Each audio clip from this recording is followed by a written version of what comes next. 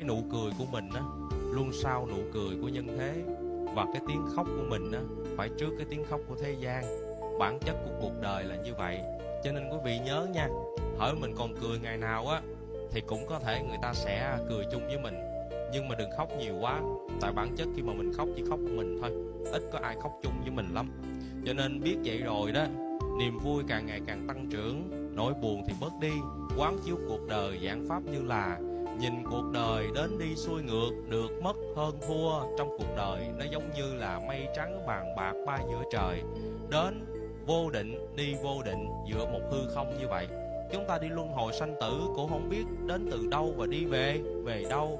Vô thủy vô chung, không điểm bắt đầu, không nơi kết thúc. Mà bắt đầu hay kết thúc chỉ là do chúng ta bị trói cột và buộc tâm của mình mà thôi.